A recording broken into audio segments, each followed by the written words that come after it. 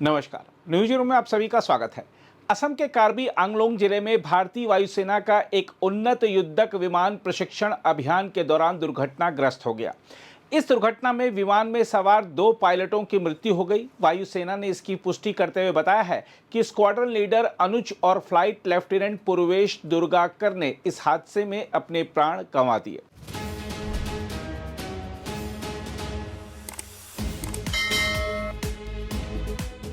जानकारी के अनुसार यह 2 सीट वाला सुखोई 30 MKI युद्धक विमान असम के जोरहाट स्थित वायुसेना अड्डे से गुरुवार शाम प्रशिक्षण अभियान के लिए उड़ा था।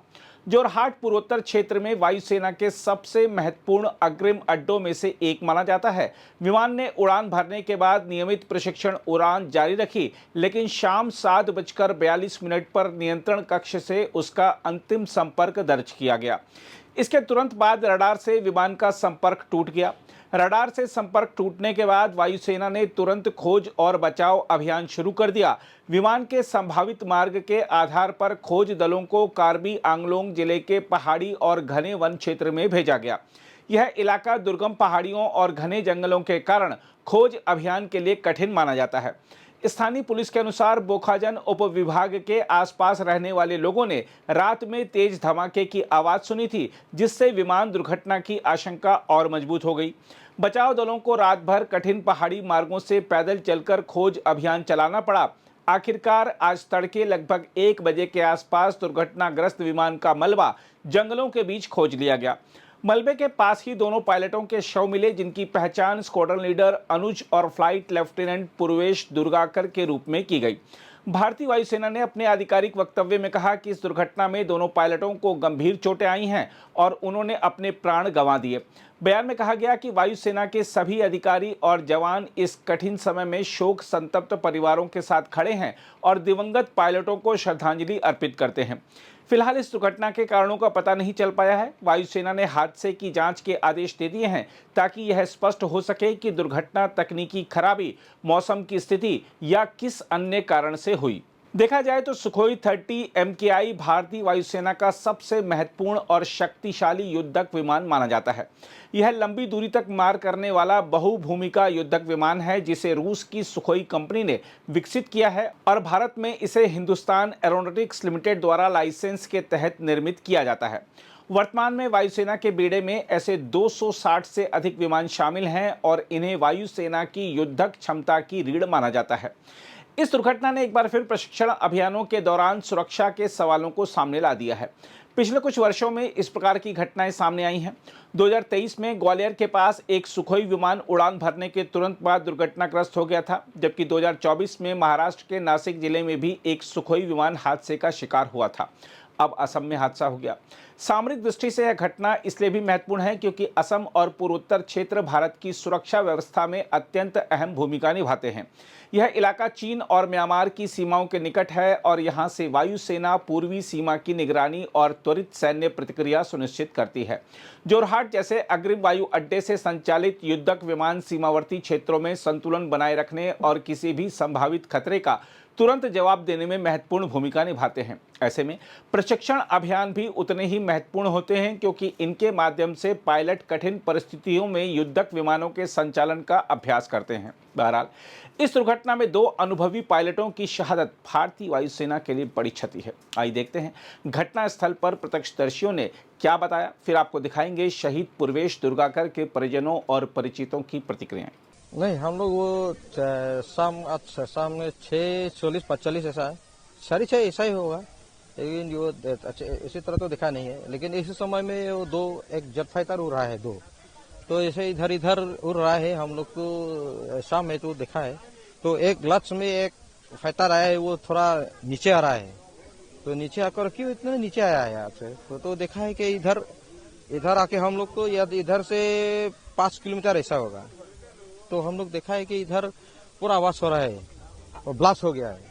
हाँ, नहीं देखा है, हम लोग देखा है, खुद देखा है, तो इधर आग उगला रहा है, पूरे ऐसा फायर हो गया है। ये कौन सा जगह है? इस जगह का नाम है चुकीला, वो नीली ब्लॉक का नजदीक है।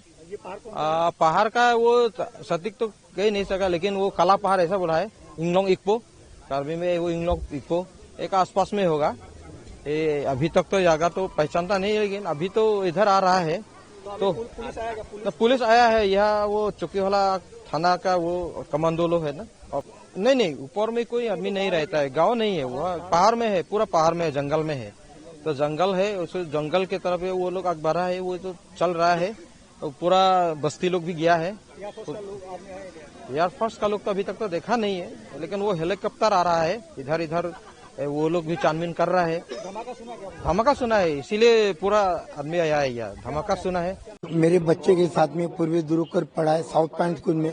बहुत मिलनसार लड़का था और इतना सीधा लड़का था। उसको कॉलोनी में पूरे नंदू के नाम के जाने थे। उसका नाम तो पूर्वी दुरुकर है और इतना सीधा लड़का हमने सोचा भी नहीं था कि कॉलोनी का लड़का जो सुकोई जैसा एयरक्राफ्ट चलाएगा।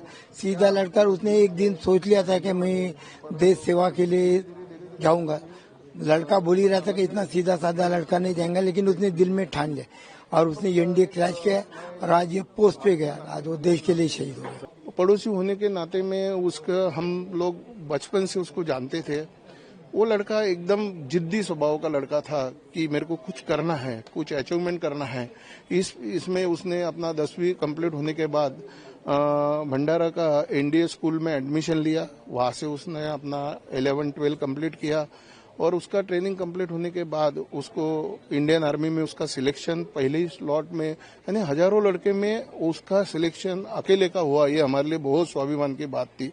जब उसका सिलेक्शन हुआ, वो नागपुर वापस आया तो बताया, पेड़े लेके आया था, हमारे को पेड़े बांटे उसने कि अंकल मेरा ये सिलेक्शन हो गया। हमने भी बहुत प्राउड, कैसे किया, क्या किया, उसने बताया, पूरे इंटरव्यू का प्रोसेस बताया। और वो अच्छा अभी सीनियर पायलट करके काम कर रहा था।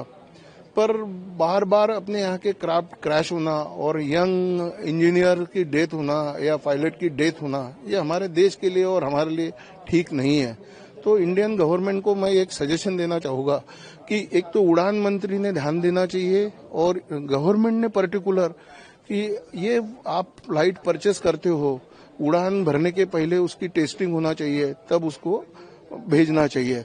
अभी मेरे को लगता है कि इराक का सिचुएशन है वार का, तो उसके कारण लगता है कि इंडियन आर्मी अलर्ट मोड पे है, तो वही इसमें उसको भेजा गया होगा। साथ में 3 क्राफ्ट गए थे बोलते, 2 का तो उनको पता चला, अपन ये इसके 3rd फ्लाइट जो पूर्वेश उड़ा रहा था, इसका उसको कोई खबर नहीं मिली, रडार से कांटेक्ट नहीं हुआ।